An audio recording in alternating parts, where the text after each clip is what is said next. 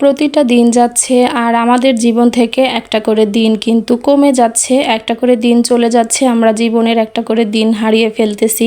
প্রতিটা গৃহিণীরই দেখা যায় সকাল থেকে রাত পর্যন্ত ব্যস্তময় দিন থাকে, তারা অনেক ব্যস্তভাবে দিন পালন করে। আমিও কিন্তু ব্যতিক্রম নয়, আমার সকাল থেকে রাত পর্যন্ত অনেক ব্যস্তময় দিন কাটে।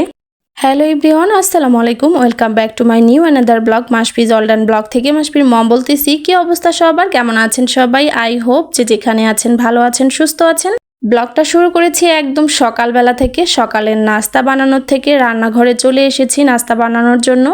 আজকে সকালে বানিয়ে নিব আমি গোলা রুটি, আর তার সাথে কিন্তু সবজি রান্না করা আছে। তো এখানে আমি প্রথমে 2 কাপ আটা নিয়ে নিয়েছি, তারপর চাউলের গুঁড়া নিয়ে নিয়েছি, এখন একটু লবণ দিয়েছি, দিয়ে দিব বেকিং পাউডার, বেকিং সোডা যেটাই বলেন না কেন। তো এটা দিয়ে সুন্দর মতো করে একটু তেল দিব, দিয়ে ডিমটা ভেঙে নিয়ে তারপর আমি এটাকে মিক্স করে একটা সুন্দর গোলা তৈরি করে নিব।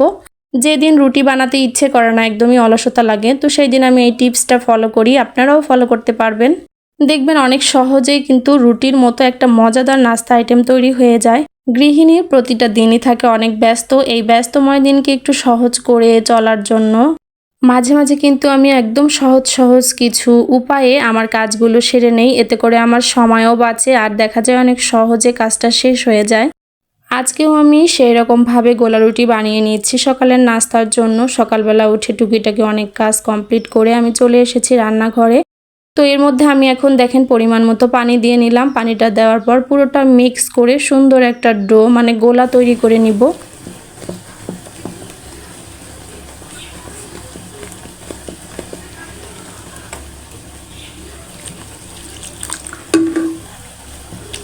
দেখুন কত সুন্দর, একদম হালকা পাতলা পাতলা করে গুলে নিয়েছি।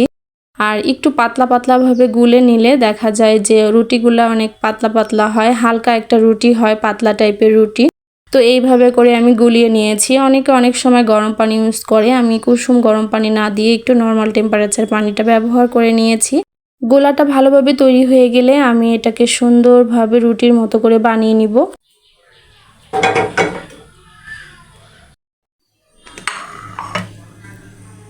আর আমার ছেলের জন্য নুডলস বানিয়ে নিয়েছি, ও হচ্ছে নুডলস খাবে সকালবেলা। তো আজকে একটু ছুটির দিন, এই জন্য সকালবেলা হালকা নাস্তা আইটেমের ব্যবস্থা করা হয়েছে।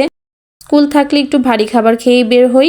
যারা আজকে নতুন এবং প্রথম আমার চ্যানেলটি ভিজিট করেছেন, আমার ভিডিওর কোনো অংশ যদি আপনাদের কাছে এতটুকু পরিমাণ ভালো লেগে থাকে, তাহলে প্লিজ আমার চ্যানেলটা সাবস্ক্রাইব করে দিয়ে আমার পাশে থেকে যেতে পারেন। আর পাশে থাকা বেল আইকনটি অবশ্যই ক্লিক করে দিবেন, তাহলে সবার আগে নোটিফিকেশন পেয়ে যাবেন আপনি আপনার সময় এবং সুযোগ মতো আমার ভিডিও যদি আপনার ভালো লেগে থাকে তাহলে দেখে নিতে পারবেন।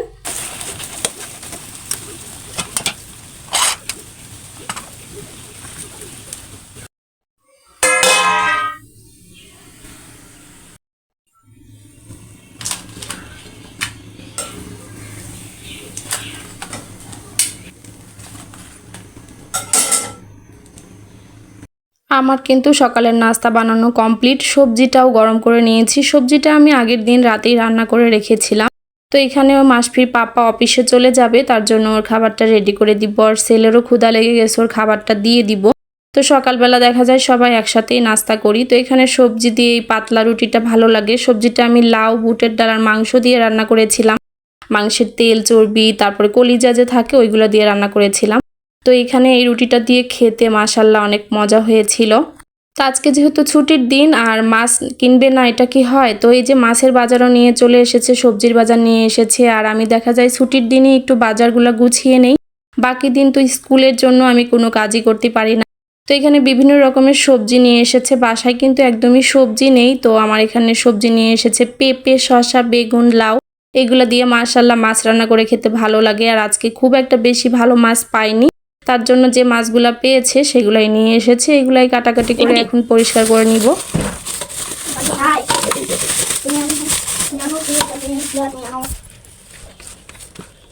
মাছগুলো অবশ্য ভালো লাগবে না, আলু আর বেগুন দিয়ে রান্না করতে। তো এখানে বাটা আরও যে সরপটি বলে, বড় সরপটি, ওই মাছগুলোই নিয়ে এসেছে আপাতত। এগুলো কেটেই আমি সবজি দিয়ে আজকে রান্না করব। তো এখন সবজিগুলো পরিষ্কার করে আমি ধুয়ে নিব।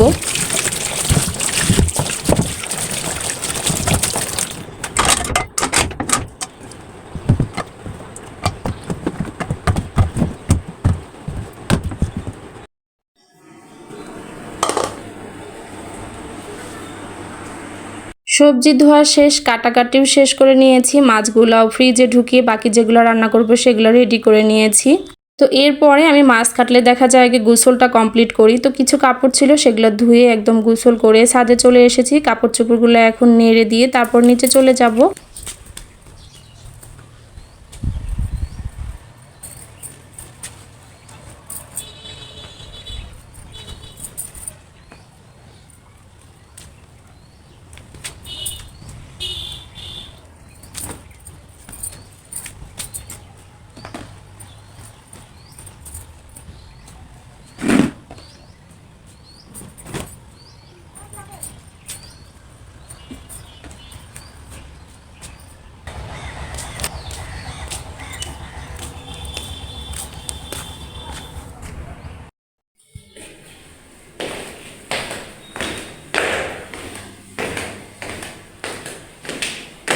কাপড় চোপড় নেড়ে দেওয়া শেষ, এখন আমি বাসায় চলে এসেছি। বাসায় এসে বাকি আছে আমার রান্না করা। তো এখন আমি রান্নাটা করে নিব।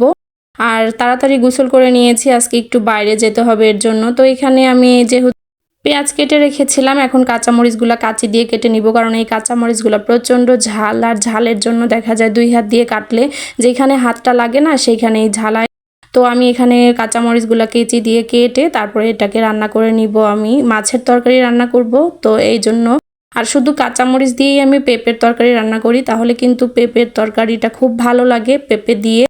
আর হচ্ছে আমি কচুরমুখী ছিল কয়েকটা, সেগুলো দিয়ে মাছ আমি রান্না করে নিব।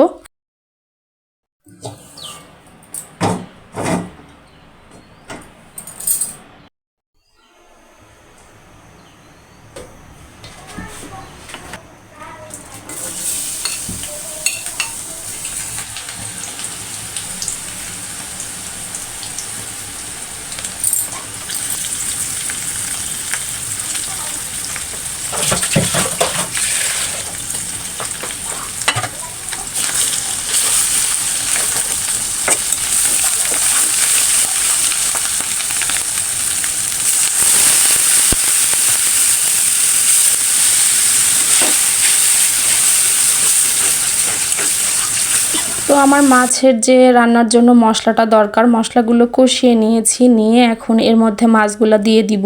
মাছগুলো সুন্দরভাবে কষিয়ে একটা একটা করে উঠিয়ে রেখে তারপরে এই যে মশলাটা থাকবে না, এই মশলাটার মধ্যেই আমি আমার সেই কাটা সবজিগুলো দিয়ে কষিয়ে নিয়ে তারপরে তরকারিতে ঝোল দিয়ে তরকারিটা অলরেডি রান্না করে নিব।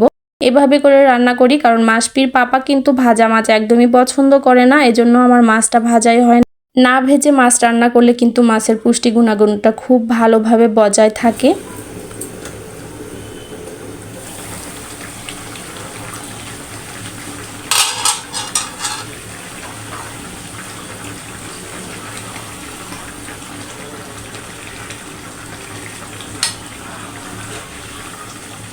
তো এই দেখতে পাচ্ছেন আমি কিন্তু সবগুলো মাছ আলতো করে তুলে নিয়েছি, একটা মাছও ভাঙবে না।